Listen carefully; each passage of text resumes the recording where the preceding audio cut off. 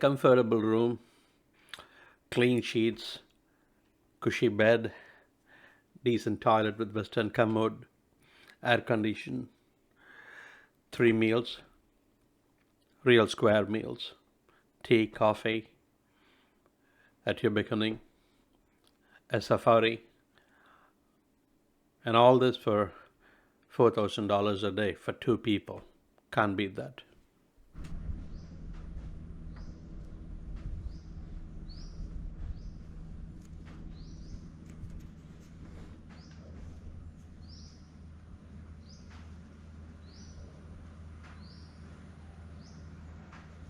This is how it looks when I step out of my carriage. Falcon. దొబ్బిదినది Chandu.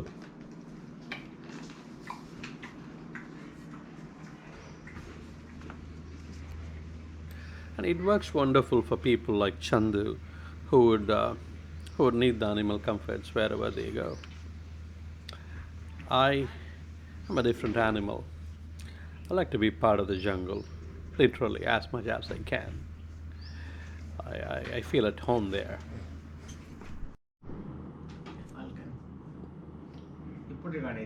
Yeah. Chandu said for you. Habitat, bed. 99% chances of finding Chandu, bed మీద. Having had a good night's sleep, we got up at 7 o'clock in the morning, got our tea and snacks going. We took off on our safari. We started pretty late actually, around 9 o'clock. Supposed to start at 6, I guess. But then, nothing is,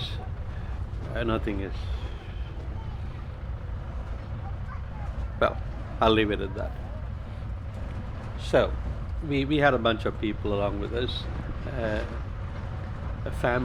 large family, which occupied 2 jeeps. A large family from a Muslim family from Malaysia. The kids, a lot of kids, they are quite excited. Possibly the first time, their very first time into the jungle. They were all excited to see the big cat or anything that the jungle has to offer. It's a different world for them. I understand that. The safari started quite late in the day. 2 jeep full. Chandu and I joined a large Muslim family from Malaysia with lots of kids, very excited to go into the jungle. Probably it's their very first trip into the jungle. I could see their eyes, their pupils were extra dilated. This Bairluty eco camp, this tourism, jungle safari, all this started a year and a half ago. Not too long, so it's very rough around the edges. You can't expect much, to be truthful. You can't expect anything. Expectation doesn't go. Maybe you expect to get disappointed, that's all it is. India's largest tiger reserve, and still it's very, very sadly maintained, hardly maintained from a tourist perspective. And mind you, it's almost always on the top 5 list of all the 55 tiger reserves. It's on the top 5 list of best maintained tiger reserves by the NTCA. I don't know what that means though. The tiger count, everybody has a different number in the department. The tiger deaths, quite a few, many unnatural. Tiger habitat, but I mean, a huge loss of habitat. It's decreasing day by day. So, you blame it on the territorial fights, and that can turn fatal. So, that increases naturally. So, they blame it on that. It's sad. They hardly have any maintenance.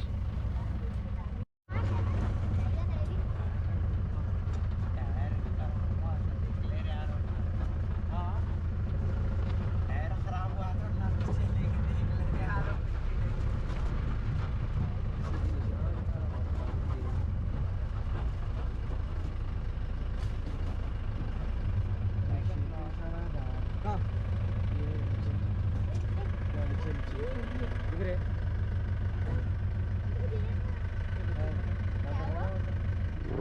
यहाँ पर है ना शेर के निशाना नीचे यहाँ पर लेफ्ट है जी शेर के थोड़ी है वो भी है leg marks of knowing tiger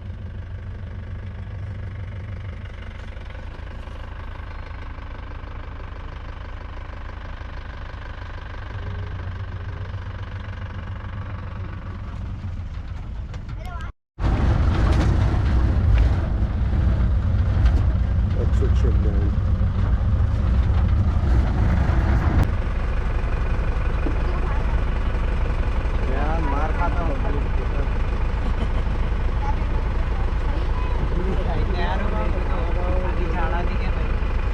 ये मैम दे दो डी खाने के लिए पहले एक होगा कि दूसरा और एक बड़ा था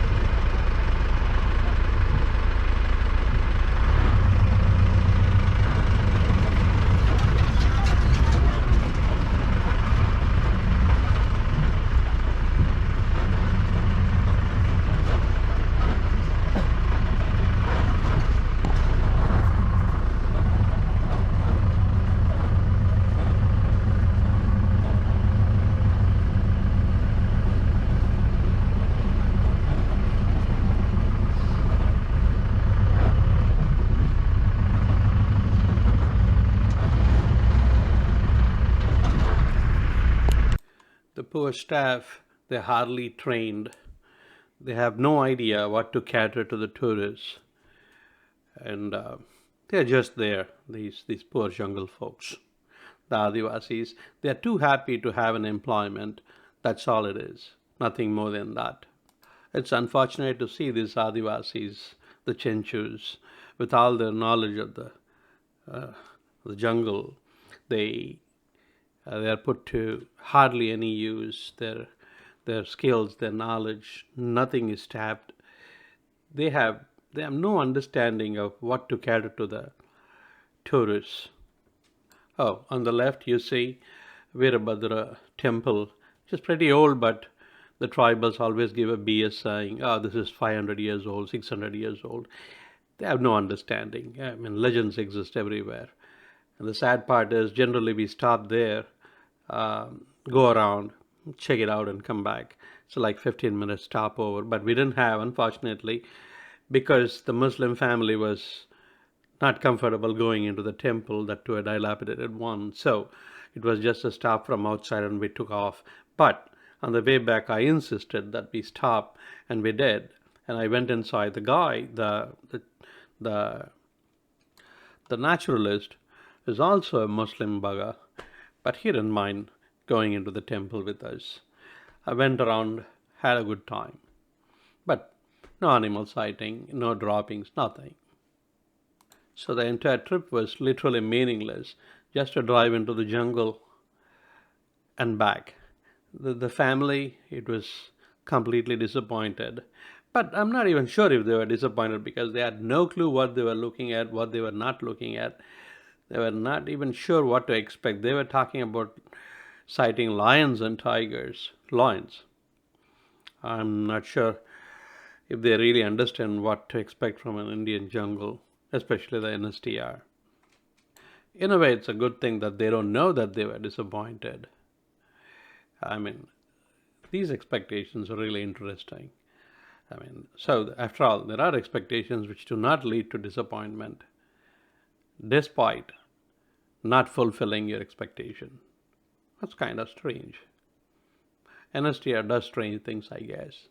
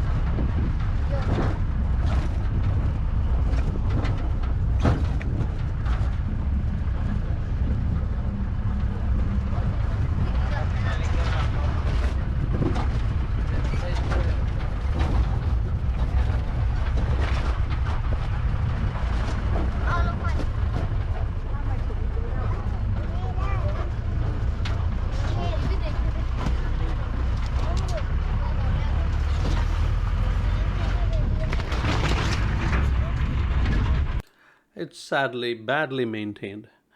They hardly have any understanding of what to cater to the tourists, the officers. I mean, government workers anywhere in India above certain level are totally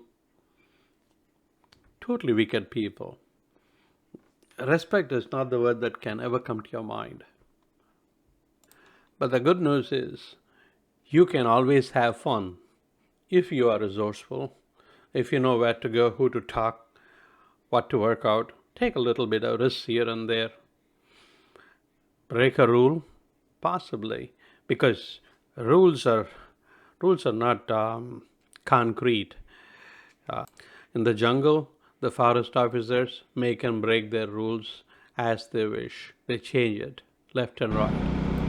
After the safari, in the evening, actually after a good nap, post lunch, I took off to Atmakur to go see the forest officers, DFO's office, to have a chat because the safari was meaningless and I wanted to know what's going on.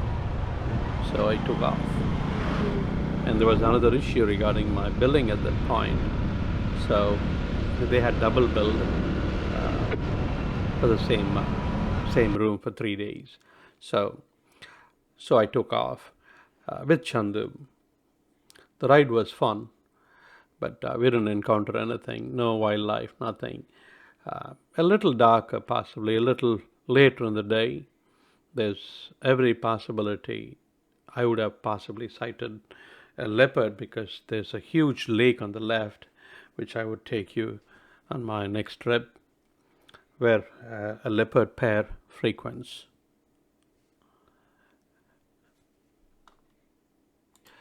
This road is around 6 kilometers and it's a fantastic ride. If you happen to take a nice trip down this road once it's dark or early in the morning, I'm sure you can find a leopard and leopard and possibly black bears. They are plentiful in this region. They're very dangerous, but if you're holed up inside a car, then you should be safe. On a motorcycle, you still are very safe. People walk here. All the tribals who work here in the facility, in the eco camp, they make a trip down this road the wee hours of the morning. Bear encounter, that's almost like an everyday's happening. Atmakur is a one-horse town. It's just a couple of streets, commercial streets. I don't venture much. There's a big alcohol place where everybody drinks everywhere, inside, outside. There was a table and 4 guys were drinking, so I went to one of the guys and I was complaining like, well, what's going on with this? There are no cops here. How come you guys are drinking outside here? He said, we are cops. And I took it easy. I got my bottle of beer and I took a side,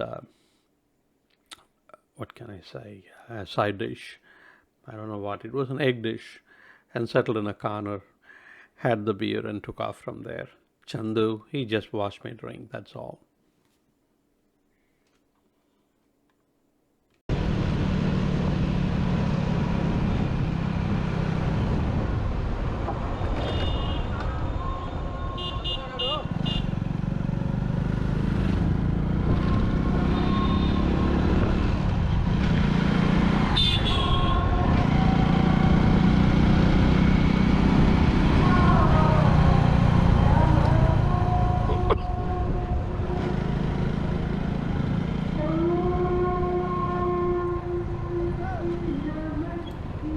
The quietude of the jungle, the calmness, is completely a contrast to this madness called civilization.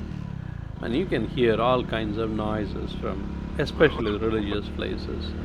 It's really meaningless. But such is life, I guess. We chose to live this way.